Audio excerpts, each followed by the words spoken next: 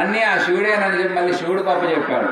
అట్లా మరి ఆ విధానంలో తీసుకుంటే మనకి మహాత్ములు చెప్పే సందేశం అంతా కూడా ఇవి మనం వింటా ఉంటున్నాం, కానీ ఇవి బాగా మనకి స్పష్టంగా అర్థం కాకపోవటం, వాటిని మనం విశ్వసించలేకపోవటం, ఇదేదో మనది కాదులేమో అనుకోవటం, ఇవన్నీ బాధ్యత రహితంగా మనం ఆలోచన విధానం అంటే అందులో సొచ్చుకొని పోయి దాంట్లో మనం లోతుగా అధ్యయనం చేయట్లేదు.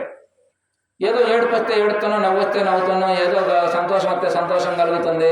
ఇవన్నీ రకరకాల సృష్టి చిహ్నంలో సృష్టి ఎట్లా ఆడిస్తే అట్లా ఆడతాము, కరెక్టే, ఆడటమే ఆడాల్సింది, అంతకంటే మనం చేసేది ఏమీ లేదు.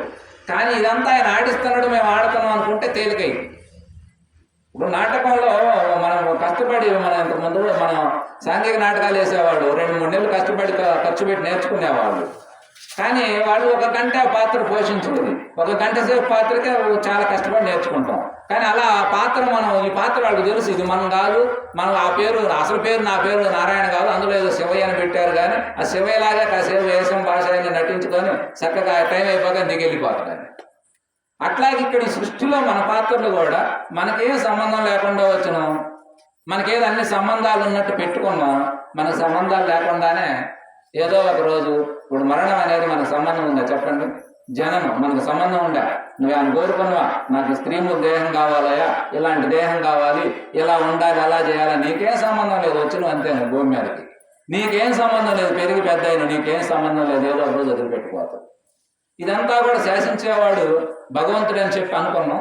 కానీ మళ్ళీ మనకు చెప్పే పూర్ణ జ్ఞానం ఏమిటంటే ఆ భగవంతుడు ఎక్కడో లేడయా, నీవే ఉన్నావు, నీలోనే ఉన్నది, నీవయ్యే ఉన్నావు అని చెప్పి దానిని మన మహాత్ముడు చెప్పే మాట ఏంటంటే, అందుకే శ్రీకృష్ణుడు లాంటి మహాత్ముడు చెప్పిన మాట ఏంటంటే అన్నీ నేనే అని చెప్పడానికి కారణం ఏంటంటే, నేను ఆత్మని తెలుసుకున్న వాడికి ఆత్మే అంతటా ఉన్నదని అర్థం అవుతుంది. నేనేమయ్యామో మనందరం అదే అయ్యాము, మనమే కాదు, ఇంకా పరిశోధన చేస్తే పురుగు పుట్ర 84 లక్షల జీవరాశులని మనం చెప్తా ఉంటారు. ఇక చెట్లు శ్యామలు ఇవన్నీ తీసుకుంటే ప్రతి అనువనం, అందుకే మన యొక్క భారతీయ సాంప్రదాయంలో మన పూజా పునస్కారాలన్నీ కూడా ప్రతి అనువనంలో అంతటా ఉన్నది ఆ భగవంతుడే. కానీ ఎందులో ఆరాధిస్తే ఏం పోయింది, ఎందులో జీవితం ఏం పోయింది, ఎందులో పూజిస్తే ఏముంది అని చెప్పి మనకి ఆ ఆరాధనలన్నీ అంత గొప్పగుంటానికి కారణం ఏంటంటే ప్రతి దాంట్లో ఆ యొక్క ఆత్మ చైతన్యం అనేది నిగూఢంగా ఉన్నది.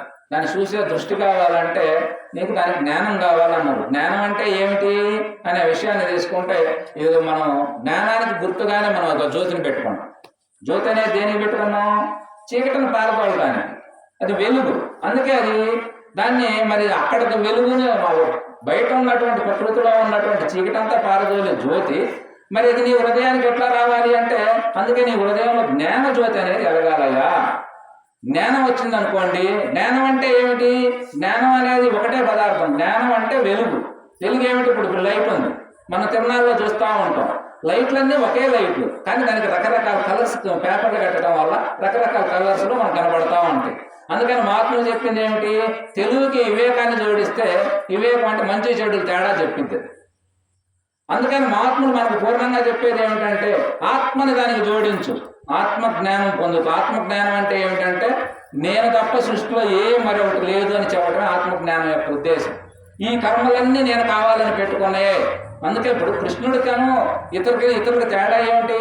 ఆయన ప్రతిదీ ఇవన్నీ నేను కావాలనే పెట్టుకున్నా, నేను కావాలనే ఇవన్నీ సృష్టించుకున్నా, ఇవన్నీ కావాలి, ఇప్పుడు యుద్ధం కావాలని చేపిస్తాను, చేస్తాను, ఇవి వద్దనుకుంటే మానేస్తాం. అంటే ఆయన జీవితం పూర్ణంగా ఆయన చేతుల్లో ఉంది, మన జీవితం మన చేతుల్లో లేదు. మనకు పైన ఎవరో ఒకరు నియంత్రణ ఉన్నట్టుగా, మనం నడిపిస్తున్నట్టుగా మన అనేక రకమైనటువంటి ఆలోచన భావాల్లో కూరుకుపోయి మనకున్నటువంటి ఈ యొక్క వాతావరణంలో మనం అంతా కూడా ఇదవుతా ఉంటాం.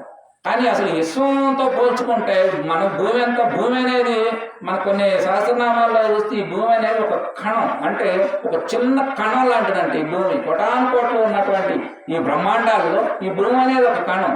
ఆ కణం మీద మరి మానవ జాతి ఎంత, అందులో ఉన్నటువంటి నీరు ఎంత, చెట్టు పొట్టు ఎంత, అందులో మనం ఎంత.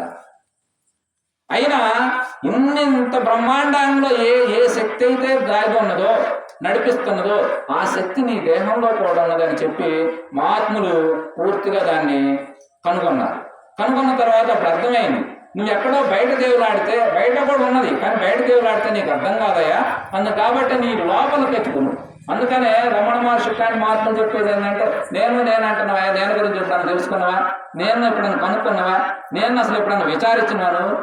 ఆ విచారణ లేనప్పుడు నేను నీకు ఎట్లా అర్థం అవుద్ది కాబట్టి నేను అనే ఆ రెండు అక్షరాలను నువ్వు కనుక్కోగలిగితే ఆ నేనే నేనుగా ఉన్నది అని చెప్పి మహాత్ములందరూ తేల్చారు.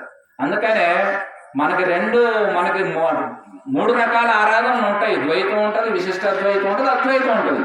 అంటే ఇదంతా భగవంతుడే సృష్టించి ఆడిస్తున్నాడని చెప్పుకొని మనం ఆరాధన పూర్వకం ఉండే ద్వైతం.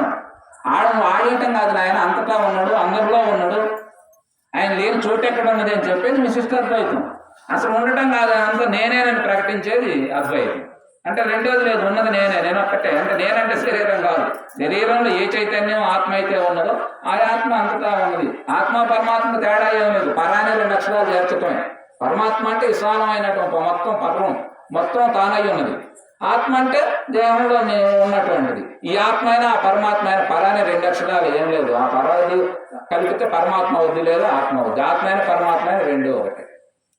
ఇది చాలా పెద్ద సబ్జెక్ట్ అన్నమాట. దీన్ని అర్థం చేసుకోవడం చాలా కష్టం. సహజంగా ఏంటంటే మన సంస్కృతి సాంప్రదాయాల మీద ఇట్లా పూజలు చేసుకోండి, ఎట్లా చేసుకోండి, ఆ శాంతి దగ్గర పోతే మనం బాగా ఆ ఆరాధన పట్ల మక్కువగా ఉంటే మనకు భగవద్గీత కూడా స్పష్టం చేసింది. దేవతల ఆరాధన అనేది మనకు అవసరం. దేవుళ్ళని ఆరాధించడం ఒక గొప్ప వ్యక్తి దగ్గర పోయా నువ్వు మంచివాడి, నువ్వు కాస్త ఏదైనా సాయం చేయగలవంటే అతని దగ్గర ఉన్నది మనం సాయం చేసినట్లుగా దేవత ఆరాధన కూడా అలా నీకు ఇష్టం వచ్చినటువంటి రూపాన్ని నువ్వు ఆరాధిస్తే ఆ రూపం ద్వారా నీకు అవసరమైనటువంటి కోరికలన్నీ తీర్చుకోవచ్చు అని చెప్పి భగవద్గీత కూడా మనకు ఆరాధనను ప్రోత్సహించింది. కానీ ఎన్ని ప్రోత్సహించినప్పటికీ కూడా నిన్ను నువ్వు ఎరగాలయా, ఈ ఆధ్యాత్మిక కేంద్రాలన్నీ పనిచేయాల్సింది ఏంటంటే నిన్ను వెలిగితే ఈజీగా ఉంటుంది. సుఖదుఖాలకు అతీతమైనటువంటి స్థానాన్ని నువ్వు అలంకరించాలి. అలంకరించడం అంటే ఏంటంటే సుఖదుఖాల గురించి పూర్తిగా నీకు తెలియాలి. సుఖం దుఃఖం రెండింటిలో ఏమన్నా కమ్మే. అంటే ఏంది, అది రెండు నువ్వు కావాలని పెట్టుకునే. అని దూది చేస్తే రెండు ఏమంటే రెండు కమ్మే కదా. అంటే అహం అంటే నేనంటే నేను పెట్టుకునే తప్ప నాకేమన్నా తెలియకుండా వచ్చినాయి అవన్నీ.